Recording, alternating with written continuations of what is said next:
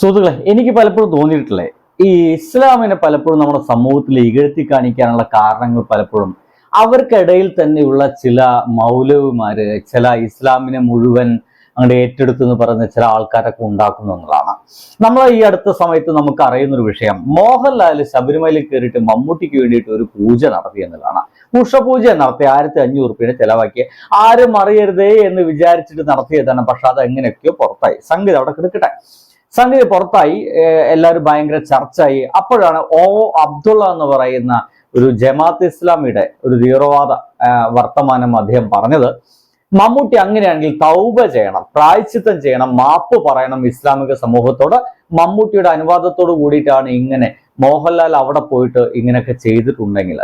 രണ്ട് തരം അഭിപ്രായങ്ങളാണ് ഇപ്പൊ നമ്മുടെ കേരളത്തിലുള്ളത്. ഒന്ന്, അബ്ദുള്ള പറഞ്ഞതാണ് ശരി, ഇതാണ് ശരിക്കും ഇസ്ലാം, ആ പറഞ്ഞ വർത്തമാനം അസല് കറക്റ്റാണ്, അതിന്റെ അപ്പുറത്തേക്ക് വേറെ ഒന്നുമില്ല.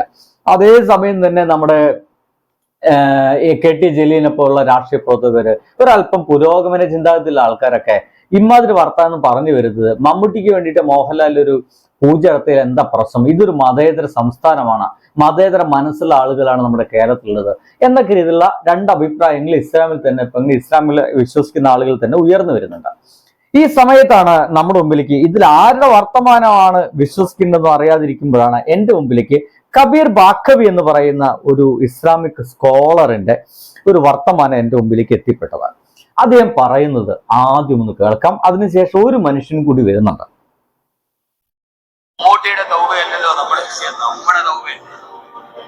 അവനാൻ എത്ര ചെയ്തു എന്നതല്ലേ ഏറ്റവും പ്രധാനപ്പെട്ട വിഷയം. നമ്മുടെ ഹംദാനില് വൃത്തിയാക്കാൻ വേണ്ടി വരുന്ന ചേച്ചിമാരുണ്ട്, അവരൊക്കെ ഹൈന്ദവ മതവിശ്വാസികളാണ്.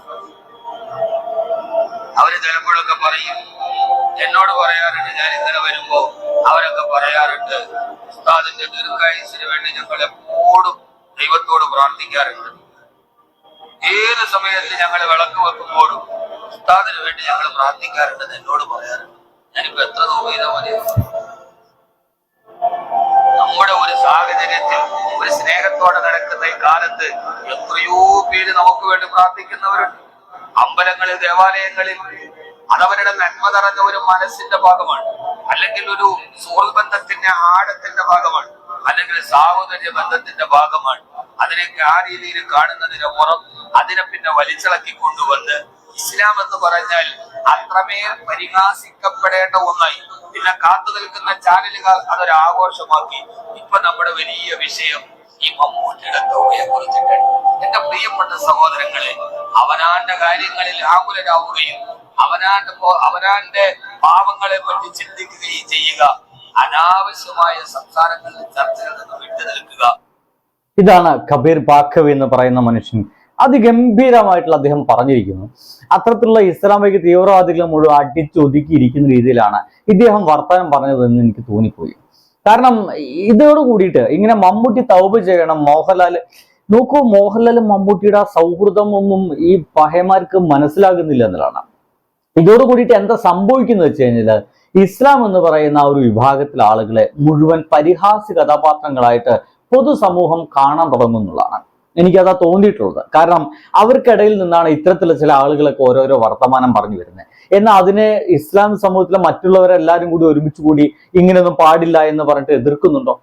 അബ്ദുള്ളയെ അങ്ങനെ ഇസ്ലാമിക സമൂഹത്തിലെ എല്ലാ മറ്റുള്ള ആൾക്കാരെ കൂടിയിട്ട് ഇമ്മാതിരി വർത്തമാനം പറയാൻ പാടില്ല എന്നിട്ട് എതിർക്കുന്നുണ്ടോ? അത് നമുക്ക് കാണാൻ കഴിയുന്നില്ല. അങ്ങനെ എതിർക്കുന്നുണ്ടെങ്കിൽ, എതിർ ശബ്ദങ്ങൾ വരുന്നുണ്ടെങ്കിൽ നമുക്ക് മനസ്സിലാക്കാൻ സാധിക്കും ഇസ്ലാമിലെ ചില ആളുകളൊക്കെയാണ് ഈ തീവ്രവാദ വർത്താനൊക്കെ പറഞ്ഞു വരുന്നത്. അവരൊക്കെ അടിച്ചു വെക്കാൻ വേണ്ടിയിട്ട് അവരുടെ ഉള്ളിൽ തന്നെ ആളുകളുണ്ട് എന്ന് നമുക്ക് മനസ്സിലാവും. പക്ഷെ അതുകൂടി കാണാതാവുമ്പോഴാണ് വലിയ കൺഫ്യൂഷൻ ഉണ്ടാവുക. എന്തായാലും ഇപ്പൊ നമുക്ക് കാണാൻ കഴിഞ്ഞത് അത്തരത്തിൽ തീവ്രവാദ വർത്തമാനം പറയുന്ന ആൾക്കാരൊക്കെ നിഷ്കരുണം പുറന്തള്ളാൻ ഇത്തരത്തിലുള്ള ആളുകളൊക്കെ വരുന്നുണ്ടെന്നാണ്. ഇനി ഞാൻ നിങ്ങൾക്ക് കാണിച്ചിരുന്ന വീഡിയോ എന്താ വെച്ച് കഴിഞ്ഞാൽ, നമ്മുടെ പാളയം ജുമാ മസ്ജിദിന്റെ അവിടുത്തെ വലിയ ഉസ്താദിന്റെയാണ്. അദ്ദേഹം സംസാരിക്കുന്നത് അതിഗംഭീരം എന്നല്ലാതെ വേറൊന്നും പറയാനില്ല. ഒന്ന് കേട്ടോ. സത്യം പറഞ്ഞാല് ആ രണ്ട് വ്യക്തികൾക്കിടയിലുള്ള ഒരു ആത്മബന്ധവും വല്ലാത്തൊരു സൗഹൃദവും അതിന്റെ ഭാഗമായിട്ട് നടന്നൊരു വഴിപാടാണത്. അത് നമ്മള് അതിനെ ആ ഒരു രീതിയിൽ തന്നെ ആ ഒരു സൗഹൃദത്തിന്റെ അതിനെ പ്രോത്സാഹിപ്പിക്കുന്ന രീതിയിൽ തന്നെയാണ് നമ്മൾ കാണേണ്ടത്. കാരണം മോഹൻലാല് അദ്ദേഹത്തിൻ്റെതായിട്ടുള്ള വലിയ കലാകാരനാണ്. അതോടൊപ്പം തന്നെ അദ്ദേഹത്തിൻ്റെതായിട്ടുള്ള വിശ്വാസങ്ങളുണ്ട്. അതോടൊപ്പം തന്നെ അദ്ദേഹത്തിന്റെ സുഹൃത്തിനോട് വല്ലാത്തൊരു ഗുണകാംക്ഷയും വല്ലാത്തൊരു സ്നേഹവും അദ്ദേഹത്തിനുണ്ട്.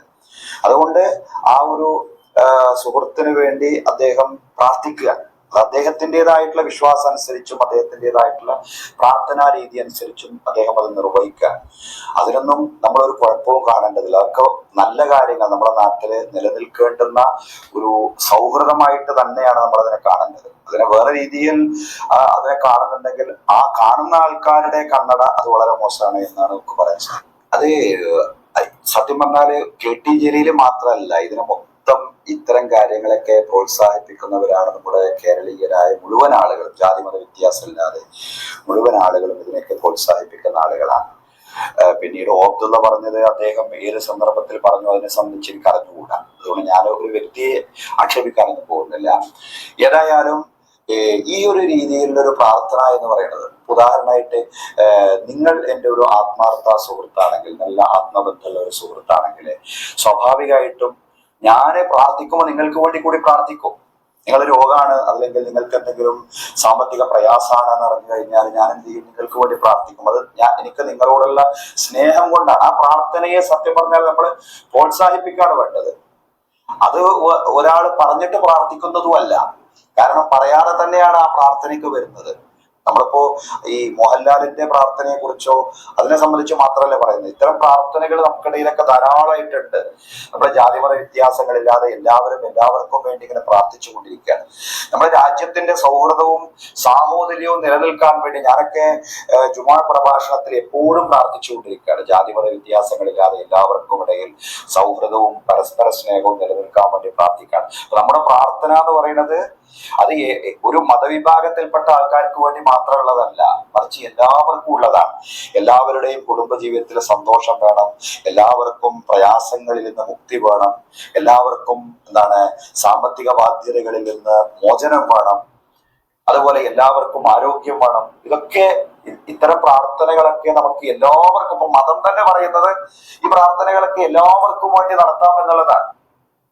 ഇതാണ് സുഹൃത്തുക്കളെ ഞാൻ ഈ 2 വീഡിയോ കാണിച്ചിരുന്നത്. പലപ്പോഴും ഈ ഒരു സംഭവത്തോട് കൂടിയിട്ട് ഇസ്ലാമിക സമൂഹത്തെ ഒരു പ്രതിക്കൂട്ടിൽ നിർത്തുന്ന രീതിയിൽ, അല്ലെങ്കിൽ അവർക്ക് എന്തോ വലിയ പ്രശ്നക്കാരാണെന്ന രീതിയിലൊക്കെ ചർച്ച ചെയ്യുന്നതിനിടയ്ക്ക് ഇത്തരമുള്ള ആളുകൾ കൂടി നമ്മുടെ സമൂഹത്തിലുണ്ട്.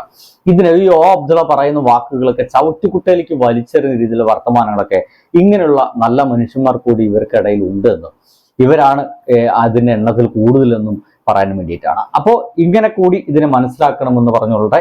അപ്പോൾ സുഹൃത്തുക്കളെ, ബൈ.